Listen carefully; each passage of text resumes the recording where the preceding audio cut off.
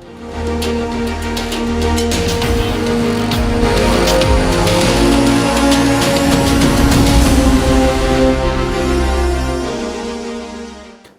स्वागत है आपका संसद टीवी पर। मैं हूं मनोज वर्मा और आप देख रहे हैं हमारा खास कार्यक्रम मुद्दा आपका। मुद्दा आपका में आज हम बात करेंगे सोशल मीडिया कंपनियों पर नकेल की।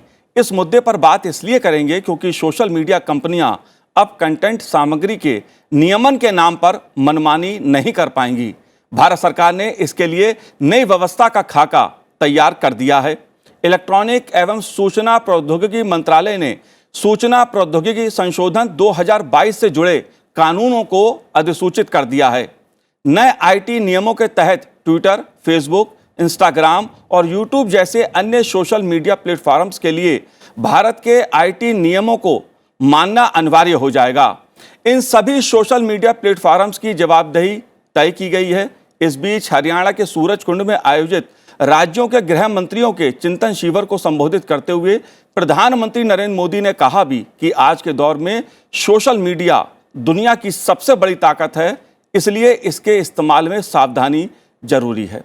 जाहिर है सोशल मीडिया बड़ा मुद्दा है, इसलिए नए आईटी नियमों का सोशल मीडिया पर क्या असर होगा, यूजर्स के अधिकारों की कितनी सुरक्षा होगी, इससे संबंधित विभिन्न पहलुओं पर बात करेंगे।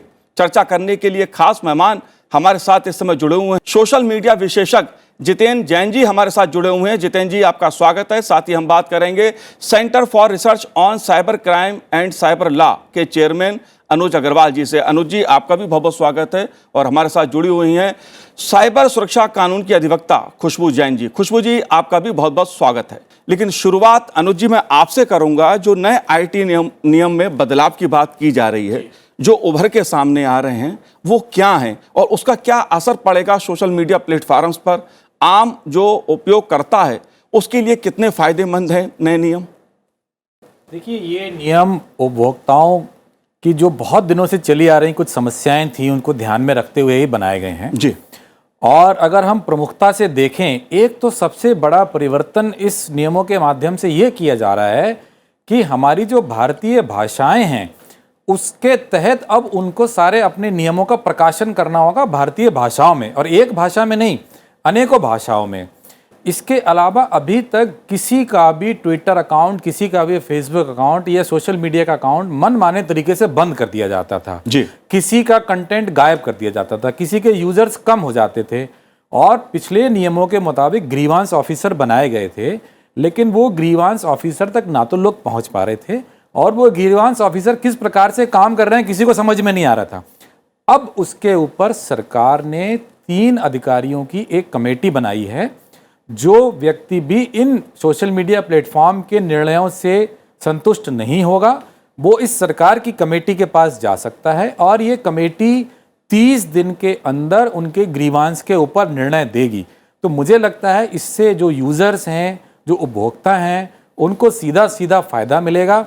और जैसा कि माननीय प्रधानमंत्री जी ने भी कहा कि ये एक ताकत है, लेकिन क्या इस ताकत का सही इस्तेमाल हो रहा है, क्या आम लोग इसका इस्तेमाल कर पा रहे हैं या किसी एजेंडा का ही सिर्फ प्रमोशन हो रहा है, तो उसको रोकने के लिए जब ये कमेटी काम करना शुरू कर देगी और अपने निर्णय देगी, तो मुझे लगता है कि सोशल मीडिया इक्वल राइट्स, जैसा कि इस नियमों में भी कहा गया है कि संविधान की धारा 14, 19 और 21 का पालन सुनिश्चित कराएंगे ये सोशल मीडिया प्लेटफॉर्म्स। अभी तक ये सब बातें हो रही थी, अब ये सरकारी कमेटी बनने के बाद इस पर अमल देखने में आएगा। जी जितेंद्र जी, मैं आपसे जानना चाहूंगा, क्या सोशल मीडिया कंपनियों की जो मनमानी थी अब तक, उस पर लगाम लग पाएगी, ब्रेक लग पाएगा उस पर? आप कैसे देखते हैं नए आईटी नियमों को?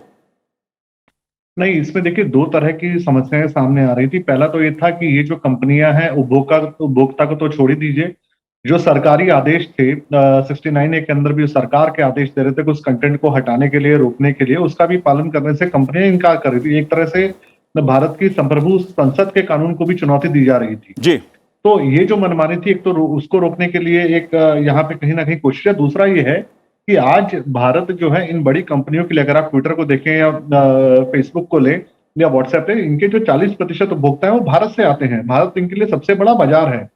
मगर इन्होंने भारत का एक तरह से इस्तेमाल से बाजार के रूप में किया। कभी यहाँ के लोगों की समस्याओं के समाधान के लिए, यहाँ अपनी जिम्मेदारियों के वहन के लिए उस तरह से उन्होंने नहीं सोचा। तो लाखों लोग जो कभी इनकी किसी की शिकायत होती थी, हमारा अकाउंट गलत तरीके से ब्लॉक हो गया, किसी लड़की के खिलाफ गलत रिवेंज पॉर्न डाल दिया गया, किसी की अश्लील तस्वीरों को वायरल किया गया, कोई चाइल्ड पॉर्न का सामान डाला गया, किसी के अकाउंट हैक हो गए, किसी का अकाउंट इन्होंने मनमाने तरीके से डिलीट कर दिया, कंगना रनौत को बैन कर दिया।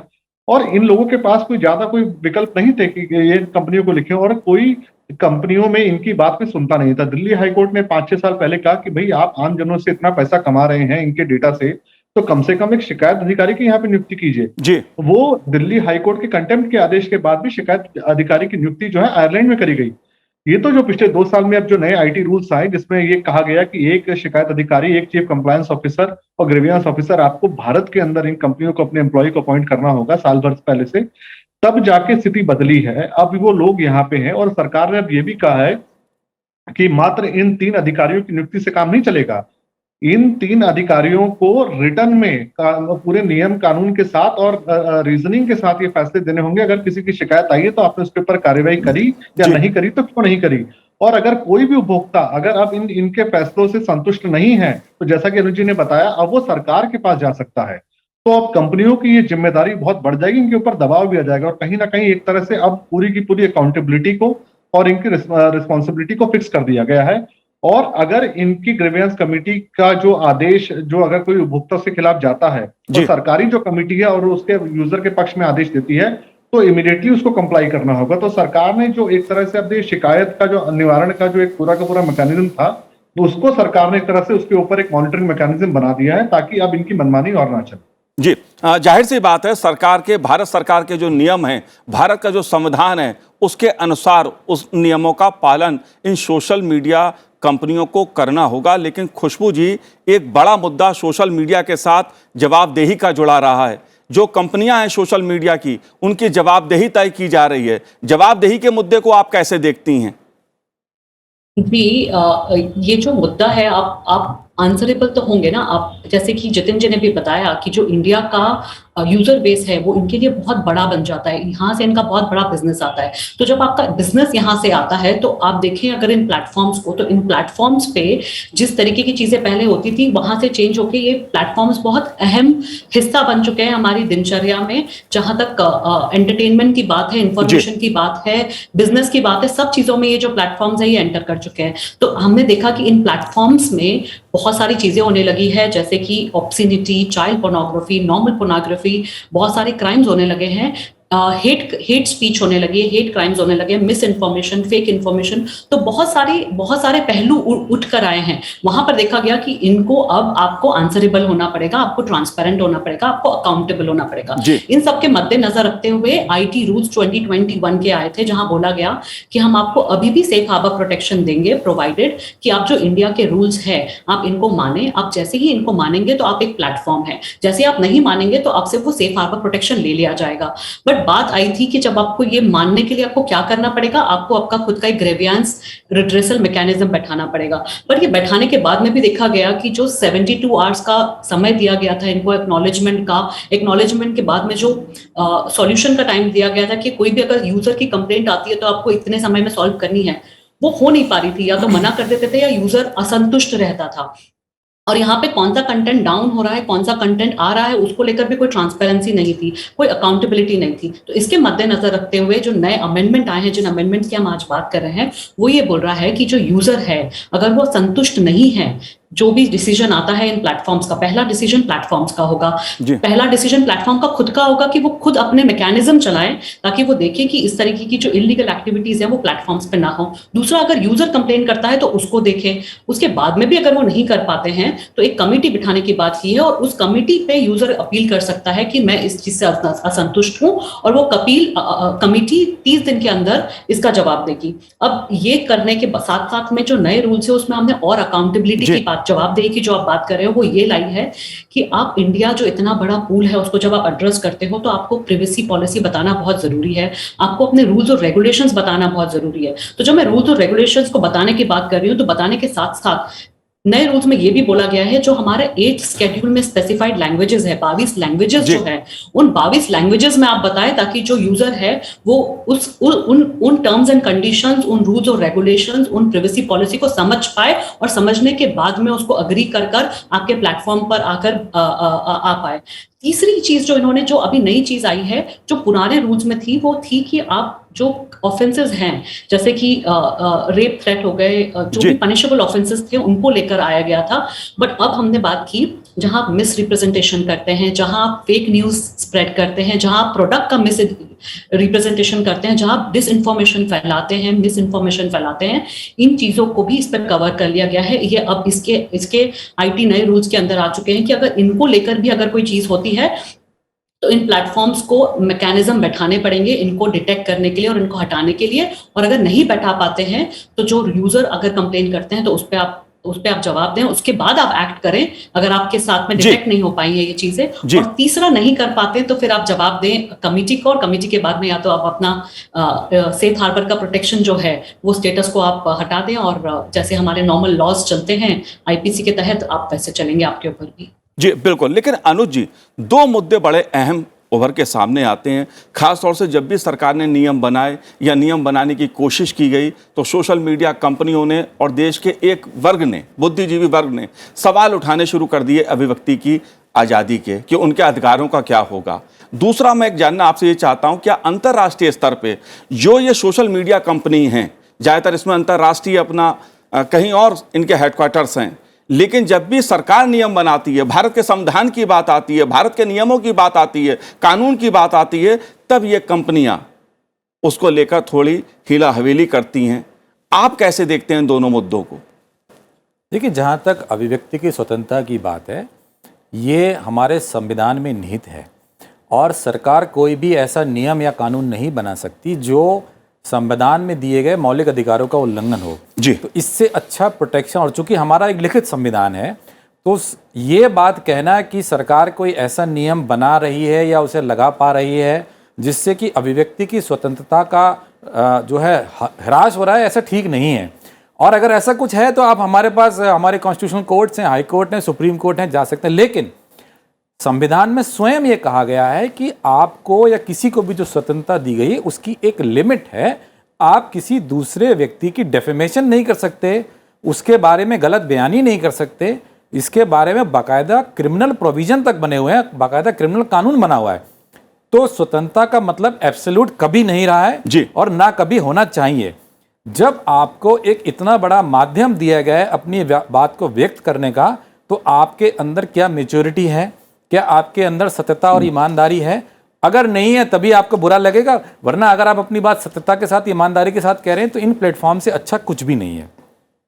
जहां तक इन प्लेटफॉर्म्स का सवाल है, तो इन्होंने हमेशा ये स्टैंस लिया है कि भाई हम अमेरिका या दूसरे देशों में जहां हमारे हेडक्वार्टर हैं, हम तो उनके कानूनों को मानते हैं, भारत के कानूनों को नहीं मानते। लेकिन वास्तविकता ये है कि ये सिर्फ भारत में उन कानूनों को नहीं मानते, क्योंकि अमेरिका में भी वही कानून है जो भारत में। अमेरिका का संविधान और भारत के संविधान में मौलिक अधिकारों में कोई ज़्यादा फर्क नहीं है।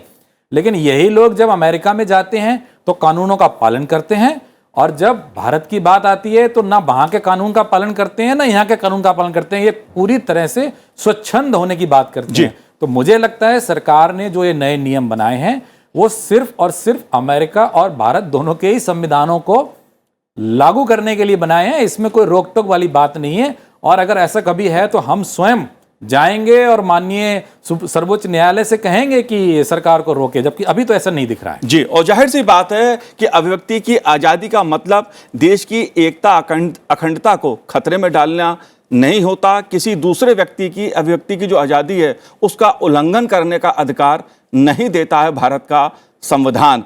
जितेंद्र जी, लेकिन एक सवाल यहाँ पर फेक न्यूज़ का मैं उठाना चाहूँगा। सोशल मीडिया के कारण जो फेक न्यूज़ की समस्या उभर के सामने आई है, सुप्रीम कोर्ट ने भी उस पर चिंता जाहिर की है, देश के प्रधानमंत्री नरेंद्र मोदी जी ने भी उस पर चिंता जाहिर की है। आप कैसे इस मुद्दे को देखते हैं? क्या इन नए नियमों से फेक न्यूज़ पे अंकुश लग पाएगा? क्या कदम उठाने की जरूरत और है? तो ये दो तीन मायनों में ये समस्या है। पहली बात तो आप ये देखिए कि सरकार चिंता तो समाज को भी है, सरकार को भी है और स्पोर्ट को भी है, पर सरकार के सामने इधर कुआं और उधर खाई वाली सिचुएशन है। क्योंकि जब भी कोई फेक न्यूज के कारण कोई दंगे होते हैं, अफवाहों के कारण किसी व्यक्ति की मृत्यु होती है, तो कहा जाता है कि निकम्मी सरकार है, न तो ये सोशल मीडिया को ढंग से समझ पा रहे हैं, न उसके ऊपर निगरानी कर पा रहे हैं। तो सरकार जब थक हार कर कहती है ठीक है अब हम सोशल मीडिया पर फेक न्यूज की निगरानी करेंगे और जो है कंटेंट ऐसा होगा कुछ हटाएंगे और कंपनियों को भी आदेश देंगे, तो एक बुद्धिजीवी वर्ग तो नहीं कहूंगा कि आंदोलनजीवी वर्ग ऐसा खड़ा हो जाता है जो कहता है नहीं नहीं नहीं नहीं नहीं, मॉनिटर तो करने की जरूरत ही नहीं है, ये तो हमारे मौलिक अधिकारों का हनन होगा, आप सर्वेलेंस करेंगे। और अगर आप किसी प्लेटफॉर्म को फेक न्यूज या कंटेंट हटाने के लिए बाध्य करते हैं, जो फेक अकाउंट चल रहे हैं उनको हटाने के लिए कहते हैं, तो कहते हैं तो कर्टेलमेंट ऑफ हमारा फ्री स्पीच है, हमारी फ्री स्पीच के ऊपर आघात किया जा रहा है, हमारी मौलिक अधिकारों के ऊपर हनन किया जा रहा है। तो सरकार को ये चाहिए कि जो समाज का जो एक बैलेंस है, जो सुरक्षा के कारण और अभिव्यक्ति की आजादी के बीच में जो एक संतुलन है, उसको बनाते हुए आगे चलना है। और अगर आपको फेक न्यूज से निपटना है तो आपको सोशल मीडिया को मॉनिटर भी करना होगा और प्रोएक्टिवली उसको हटाने के लिए कंपनियों को निर्देश भी देने होंगे, और अगर कोई उस निर्देशों का पालन नहीं करता उसके ऊपर कानूनी कार्यवाही भी करनी होगी। और दूसरी बात देखिए, सही अब बहुत एक जमाना ऐसा था कि एक रेप्यूटेड चैनल से दूरदर्शन हुआ, खबर आती थी, एनडीटीवी आया, उसके बाद कई प्राइवेट न्यूज चैनल आए, पर आज के ऊपर भी आप देखेंगे कोई एफएम जैसे प्राइवेट चैनल को लगातार 24 घंटे न्यूज दिखाने की आदत ही नहीं है, क्योंकि कहीं ना कहीं हमारे समाज में धारणा थी कि जो पत्रकारिता है वो पेशेवर पेशा है और उसको पत्रकार ही दिखाए, ऐसा नहीं कि हर आदमी खड़े होकर पत्रकार बन जाए। आज क्या हो गया है, हजारों की संख्या में न्यूज पोर्टल चल रहे हैं, 200 रुपए की वेबसाइट खरीद कर उसके ऊपर कुछ भी मतलब गलत सही या कुछ भी लिखिए और ब्लॉग के रूप में उसके अपने पर्सनल विचारों को न्यूज के फॉर्म में प्रदर्शित कर रहे हैं। आधे से ज्यादा पोर्टल देश के बाहर बैठे हुए लोग चला रहे हैं, हमारे दूसरी जो मतलब एजेंसीज हैं तो पाकिस्तान में बैठी हुई वो चला रही है कि यहाँ पे दंगे फैलाए जाएं, धार्मिक भावनाएं आहत, और यहाँ पे एक तरह से एक मास स्केल डिसइंफॉर्मेशन को लॉन्च किया जाए फेक न्यूज का इस्तेमाल करके। तो सरकार ने कोशिश करी कि जो भी वेबसाइटें न्यूज को चला रही हैं, न्यूज वेबसाइट के रूप में चल रही है, वो सरकार से अपने आप को रजिस्टर करें और एक व्यक्ति का नाम बताए जो उसे चला रहा है, ताकि कोई उसे सूचना लेनी है या उसको कोई निर्देश देना तो उसे दे सके। जैसे ही हुआ तो आप देखिए कि आंदोलनजीवी वर्ग खड़ा हो गया कि ये तो सरकार जो है न्यूज को कंट्रोल करना चाह रही है। तो अगर आप कहीं ना कहीं एक जो रेप्यूटेड न्यूज प्लेटफॉर्म्स है और जो फेक न्यूज प्लेटफॉर्म है उसके बीच में अगर आप डिफरेंशिएट नहीं करेंगे तो आप फेक न्यूज को रोक ही नहीं पाएंगे। आज सड़क पे कोई व्यक्ति गाड़ी भी चलाता है तो आप डिफरेंशिएट करते हैं किसके पास लाइसेंस तो किसके पास नहीं है। सड़क पे गाड़ी चलाने की आजादी सबको है जी, मगर लाइसेंस लेके आप तरीके से चलाएंगे। वैसे ही ये जो न्यूज वेबसाइट्स है कहीं ना कहीं आपको रेगुलेटरी मैकेनिज्म लाना होगा, इसीलिए इसके अंदर एक डिजिटल मीडिया एथिक्स कोड भी है जो अमेंड किया गया है, जिसके बारे में पहले कहा था कि ये कोई लाइसेंस राज नहीं है, ये खाली रजिस्ट्रेशन है, आपको किसी से अप्रूवल की जरूरत नहीं है, मगर आपकी अकाउंटेबिलिटी और जिम्मेदारी होगी। चलिए आज कोई भी अगर आप कंटेंट छापेंगे तो उसके लिए आपके चैनल में आप नहीं तो कोई एडिटर कोई ना कोई कम से कम एक व्यक्ति जिम्मेदारी लेगा कि कंटेंट मैंने छापा है। तो मुझे लगता है कि ये सरकार की एक पूरी कोशिश है, एक ईमानदार कोशिश है कि भारत के अंदर जो सोशल मीडिया है वो अफवाहों से दूर रहे, अफवाहों का घर ना बने और समाज एक सुरक्षित समाज और सुरक्षित सोशल मीडिया के दायरे में रहकर उसका इस्तेमाल करे। जी बिल्कुल, और उम्मीद करते हैं इन नए नियमों से इस पे अंकुश लगेगा फेक न्यूज पे। लेकिन खुशबू जी, एक सवाल, एक मुद्दा निजता का है, क्योंकि सोशल मीडिया से लगभग हर कोई जुड़ा है किसी ना किसी प्लेटफॉर्म पे। निजता का जो उल्लंघन होता है उसे आप कैसे देखती हैं इस मुद्दे पर? उस पर क्या अंकुश लगेगा इन नए नियमों से? नहीं, आपको देखना पड़ेगा जो आपका निजता का जो प्रिवेसी का जो आपका राइट है, ये जो राइट है वो एब्सोल्यूट राइट नहीं है। जहां पे भी लॉ एनफोर्समेंट की बात आती है, अगर कोई लॉ को एनफोर्स करना है और अगर कोई क्रिमिनल एक्टिविटी हुई है तो उस टाइम पे आप प्रिवेसी का बात नहीं कर सकते कि हमारे पास में राइट टू प्रिवेसी है। तो आपके पास में अगर freedom of speech and expression है तो वो भी एब्सोल्यूट राइट नहीं है। आप किसी के भी खिलाफ कुछ भी नहीं बोल सकते, या आप फेक न्यूज नहीं स्प्रेड कर सकते, या आप किसी को इम्पर्सोनेट नहीं कर सकते। तो जब भी आप किसी क्रिमिनल एक्टिविटी में इंडल्ज होते हैं तो उस टाइम पे आप अपनी प्रिवेसी की बात नहीं कर सकते हैं। और दूसरी बात, अगर आप आज के रूल्स की बात करें और पहले की बात करें तो ये प्लेटफॉर्म्स अपने खुद के जो सेल्फ कोड है उसमें ये अपने बहुत क्लियरली लिखते हैं कि हम इनके टाइम पे प्रिवेसी नहीं आती है, इस टाइम पे ये डिलीट कर देते हैं इंफॉर्मेशन, इस टाइम पे बहुत चीजें करते हैं। तो जो राइट टू प्रिवेसी है, जब लॉ एंड ऑर्डर सिचुएशन आती है तब आप राइट टू प्रिवेसी को नहीं ला सकते हो। और ये जो रूल्स होते हैं, ये जो नए रूल्स हैं, ये प्रिवेसी पे इन्फ्रिंज नहीं कर रहे हैं। ये सिर्फ इतना कह रहे हैं कि जब कोई लॉ एंड ऑर्डर सिचुएशन आए, जब कोई, जो हमने कुछ चीजें बताई हैं जहां पर हमारी सरकार, हमारी इंडिया की सॉवरेनिटी या हमारी सिक्योरिटी या हमारी इंटीग्रिटी या यूनिटी पे इफेक्ट होता है, या फिर कोई इंसान इस इंटेंट से आता है कि वो वायलेंस को इंसाइट करे, या फिर मनी लॉन्ड्रिंग कर रहा है, या गैम्बलिंग कर रहा है, या फिर प्रमोट कर रहा है एनिमिटी बिटवीन दो ग्रुप, जो हमारे रिलीजियस ग्रुप्स है या नॉर्मल ग्रुप्स है, उसमें कर रहा है, या थ्रेटन कर रहा है हमारी इंडिया की यूनिटी को, तो इन सब सिचुएशन पे आप प्रिवेसी की बात कहां से आएगी? प्रिवेसी नहीं हो रही है। दूसरी बात, कहीं पे भी ये नहीं बोला जा रहा है कि हम एक बैकएंड पे स्विच ले रहे हैं और हम जो प्लेटफॉर्म पे आ रहा है उनकी सारी डिटेल्स रखेंगे, उनको मॉनिटर करेंगे, आपकी प्रिवेसी को इन्फ्रिंज करेंगे। ऐसी कोई बात नहीं हो रही है। सिर्फ जहां पे लॉ एंड ऑर्डर सिचुएशन आई है, जहां पे ये सारी चीजें उन्होंने हमने क्लियरली बताई है, अगर इनको इन्फ्रिंज करते हैं और अगर वहां पर एनफोर्समेंट एजेंसीज या कोर्ट के ऑर्डर या प्रॉपर प्रोसीजर के हिसाब से आपसे डिटेल्स मांगी गई है, तो आप इस चीज को बताएंगे। बिकॉज आपका राइट टू प्रिवेसी ये नहीं कहता कि आप बाकी जो सारे फंडामेंटल राइट्स है आप उनको भूल जाएं और आपका राइट टू प्रिवेसी चलाएं, क्योंकि अगर ऐसा होगा तो सारे क्रिमिनल एक्ट करते रहेंगे। जैसे ही उनके बारे में पता करने की बात आएगी तो आप बोलेंगे नहीं, इनके पास तो राइट टू प्रिवेसी है, तो हम इनके बारे में नहीं बता सकते। तो ऐसे अगर आप करेंगे तो कोई भी लॉ को एनफोर्स करना बहुत मुश्किल हो जाएगा। और ये सिर्फ इंडिया में नहीं है, overall right to privacy impediment नहीं हो सकता है एनफोर्समेंट ऑफ लॉ को लेकर। ये सिर्फ मैं इंडिया की बात नहीं कर रही हूँ, ये सारे देशों में सेम चीज है। और अगर रूल्स की ही बात करते हैं तो एक और प्रोविजन है जहां लोगों को लगता है कि व्हाट्सएप या बाकी जो मैसेंजर है वहां पे आपकी चैट सरकार पढ़ना शुरू कर देगी, ये जो 2021 के रूल्स आए थे और अब जो अमेंडमेंट आया है इसके थ्रू, तो ऐसा कुछ नहीं कर रही है सरकार सिर्फ इतना बोल रही है कि जब भी कोई फर्स्ट ओरिजिनेटर है, अगर कोई लॉ एंड ऑर्डर सिचुएशन हुई है, तो वो जो मैसेज है, वो कंटेंट ऑलरेडी हमारे पास है, वो कंटेंट फर्स्ट किसने भेजा उस ओरिजिनेटर का हमको डिटेल दे दें। हम ये नहीं मांग रहे कि हमें उसकी पूरी चैट दें और उसकी पूरी चैट पढ़ी जाएगी, या बैकएंड से कोई स्विच होगा जो गवर्नमेंट के पास होगा कि गवर्नमेंट सारी चैट्स, सारे यूजर्स सब कुछ देखे। एनोनिमिटी पे भी कुछ नहीं आ रहा है।